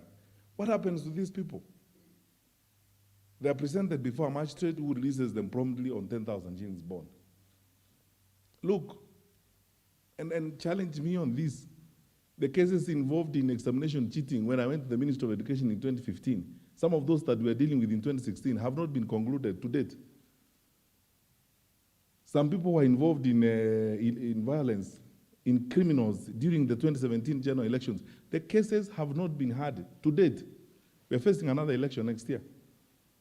We arrest these people, we take them before a magistrate, the DPP arrives there, and they are promptly released on 20,000 shillings bond. The case will be mentioned in November. And then the first hearing date is 2nd of February 2022. Then the next hearing is September 2022.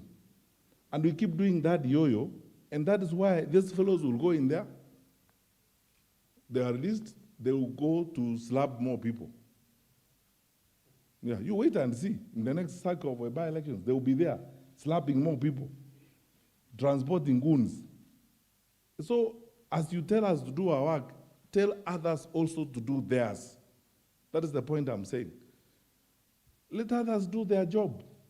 Surely, if you are a magistrate, and I'm not questioning anyone's job, how can you release someone 7 times?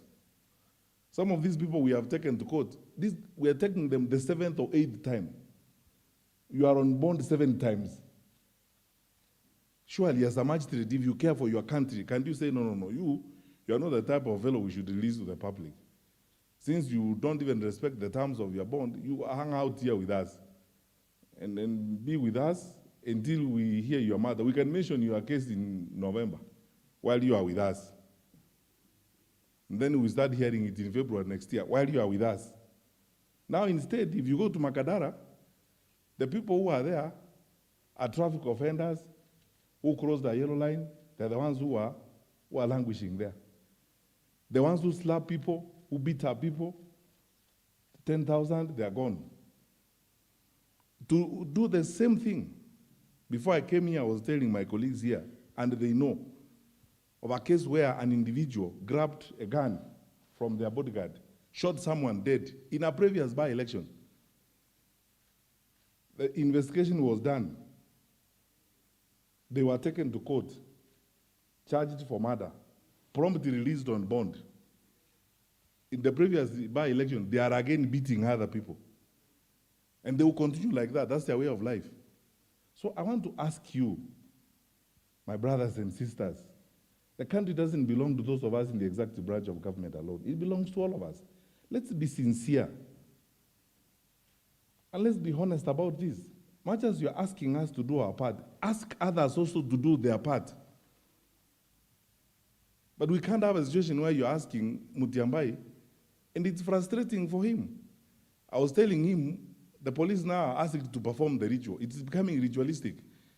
We arrest these people. First of all, the law does not allow us to keep them for more than 24 hours. We arrest these people. We tell DPP the file is ready. Sometimes we have to work 24 hours. The DCI has got to work 24 hours, collect the statements from people, tells the DPP, yeah, proceed. The DPP goes to court. The magistrate releases the guy. 20,000 shillings bond. Surety of the same amount. Thanks, goodbye. Proceeds promptly to beat others. And we continue. It's a cycle that we are going on. So tell others also to do their work. We will do our work promptly. And you can see we have come together, all the law enforcement agencies. We will do our part. With the budget for NCRC is going to be increased. We are giving them more resources. We are supporting them. But when people say give NCRC teeth to bite, what will they bite? They are not a court of law. Because ultimately all they will do is they will present someone to court. That's all. So when you ask me to go beyond the tough talk, and then my question is, I do what? I go beyond the tough talk and do? Tell me what I should do next. And I will do it, even if there are 2, 3, 4, 5 other steps. I will do them, of course, provided they are within the law, as it were. Let me do this. The other day, I asked and looked at the speech that was given by the late Professor George Saitoti. Just before he died, he was then the Minister for Interior. He was doing the job that I'm doing. Professor Saitoti's last speech in Mombasa was a very strong warning about electoral violence. He was concerned. We at the Ministry of Interior usually, when we begin to the countdown to elections, we start looking and doing an analysis across the country, looking at the state of stability, preparedness, and so on. I said this last week, that this season we have been forced to start earlier than usual because campaigns have started early, people are running around early, spewing anything from their mouths, caring nothing about the country, but worried only about power. I think I have a moral duty and an obligation as a country's minister in charge of security to say this. Unless we behave differently, and this is targeted at our brothers and sisters in political practice, unless we behave differently, we are actually walking our country the wrong direction. There's a renewed level of desperation that you are not able to understand, and a renewed sense of urgency that no one is able to understand, and almost suicidal conduct from some individual, political leaders. Because when you get to a point where you actually say anything, you don't care about what's going to happen and so on. These things can and will actually hurt us if we are not very careful. There is nowhere in this country where mobilization is done by wananchi. There is nowhere. Challenge me, give me an example of a place in Kenya where wananchi sit down in the villages and mobilize to attack another group of people. Give me one. I am in Interior and I get these reports daily. Give me one part of the country where wananchi do mobilization, where they mobilize each other. The mobilization, all of it is done by politicians, all of it. Walk anywhere in Kenya today. Wananchi are peaceful, going about their activities. Markets are going on well, people are working. Everywhere we get information, and two of my colleagues can bear me out here, the PS and the Inspector General. Every morning at 4 a.m., from 4 a.m. in the morning, we are already taking calls and information from our colleagues across the country. The police command, our Ngao teams and everything, from 4 to 6. By 7 o'clock, we have information virtually from every RC and every county commissioner. And the police command the same thing. There's nowhere in Kenya wananchi are mobilizing against each other. Wananchi wamejikusanya huko tuende tufanye namna hii, tutafute yule mwingine and so on. The people who are doing this are political leaders. They are the ones who will organize people and do all manner of things. And I want to say here publicly, the reason why they have continued to do that is because there are no consequences. Impunity is the son of no consequences. Because if there are no consequences to your actions, you will breed impunity. Because there are people who have done this over and over and over again. And nothing happens to them. There are cases there. You go down the list of the backbench of members of parliament we have and go down the list of how many of them have court cases related to this kind or the other of political activity. Then you will know what we are talking about. I will be very frank with you. Unless we all go to work, we in the security sector will go to work. And you have seen what my colleague, the Inspector General, has been doing. He has acted decisively and firmly. You have seen what our colleagues in the NCRC are doing. They have acted firmly and decisively. Our colleagues in NCRC, the DPP, all of us in the law enforcement infrastructure, we are mobilized, we want to act. But please ask others also to go to work and do their job. You cannot tell me that cases we took to court as a result of 2017 general elections and people are involved in problems then, some of those people are serving their term completely. And they will go to another election. They will beat more people, slap more people, and carry on with life. So that is how we are going to resolve these issues, as it were. We will continue to invest in crime research because crime is dynamic. Criminals are not dumb people. Many of them are very smart people. In fact, we normally say we in the security sector, the race we have is to make sure that we are at the cutting edge of this. As they move, they find that we are already there. And we are able to detect and disrupt crime. But now we must mobilize all of us. Social crimes, the battering of men, which you are calling in a very poetic way intimate partner violence, is a social crime, men being battered and so on. I don't know that it's because of being shy, that's why we are calling it that. It's a very patriarchal way of camouflaging the problem. But anyway, be that as it may, it's criminal. No one has a right to beat the other, whether they are men or women. But we have to build coalitions. Let us work with our faith-based organizations. And let us face the challenges of the threats to the family as an entity in our society. If there's anything the COVID experience has taught us, is that our family bonds and our family structures are weak. They need to be worked on. And government will not raise your child for you. Let us be very frank with each other. Government will not raise your children for you, and government will not manage your husband for you or your wife for you. It is you. We have to be responsible enough and do our work.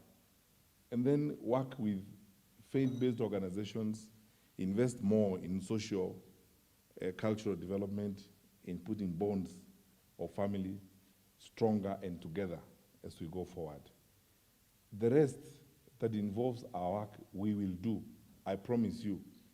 In my memory, I can't remember a time when we were much more mobilized, much more cohesive, and much more coordinated in the security sector like we are today, across the spectrum of responsibility. But our frustration remains the same. And I can talk about this until the cows come home. Americans arrested drug dealers from Mombasa who were used to actually walking in and out of court. And the matter has been heard, determined, and sorted out. Those drug dealers were arrested from here. And when you read some of those confidential reports, which I can't reveal because of the oath of office and so on, nothing will pain you as a patriotic Kenyan about the things they say about some of our senior officials across the branches of government. Let us not pretend, across the branches of government. Judiciary as well as executive. So the question is this. We have to answer this question. Do we want to move our country forward, or want to play games around and dance around this hypocrisy about the things that we are supposed to do? For us, in the security sector, we'll do our part. And that's why I've said Safari is going to be different. We will act. When these things come up, we are beyond talking, we will do our part. But please, let others also do theirs, because if they did, we'll be fine. So those of us in the executive branch, we are forced to be fighting this all the time. Fighting this and so on. Let me ask you a question. If we arrested people in 2016 in connection with cheating in exams and trying to hawk exams and so on and cheat people, to date, none of those cases has been heard and determined.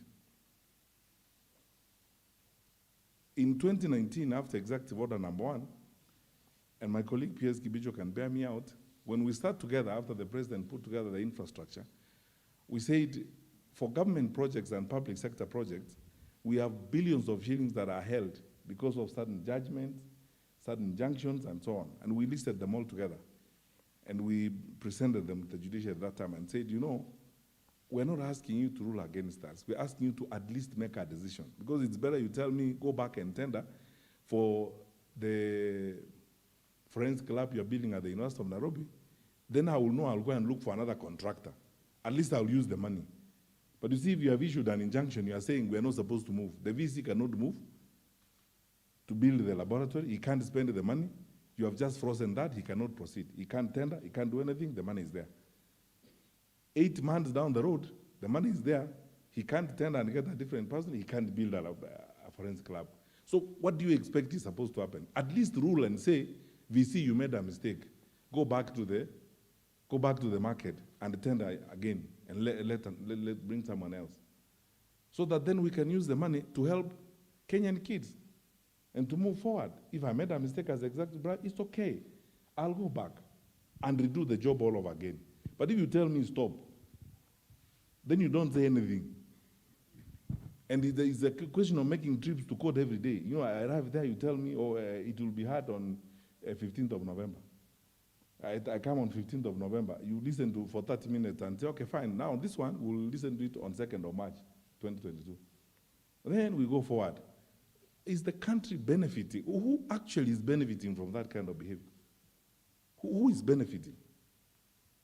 And the reason why, as I told you, impunity is a son of no consequences.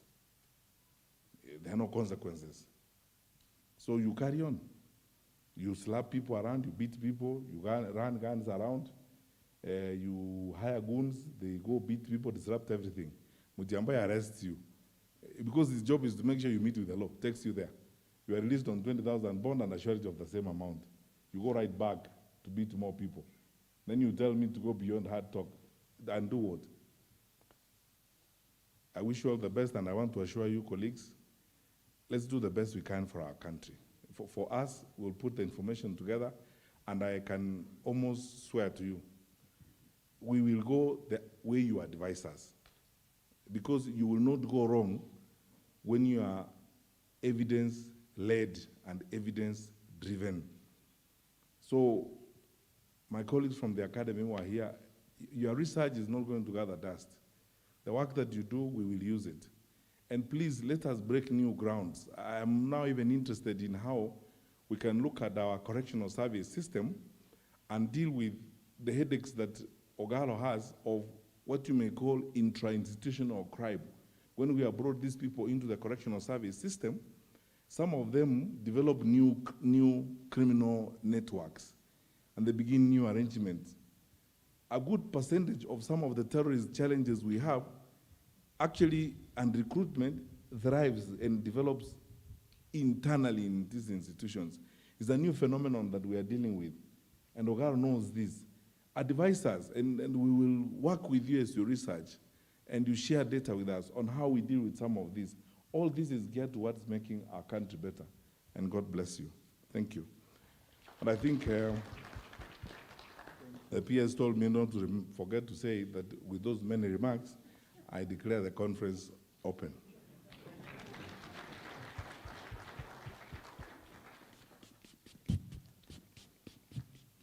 Chief guest and ladies and gentlemen, thank you very much for those honest, candid remarks about the state of crime and where we are and where we want to go.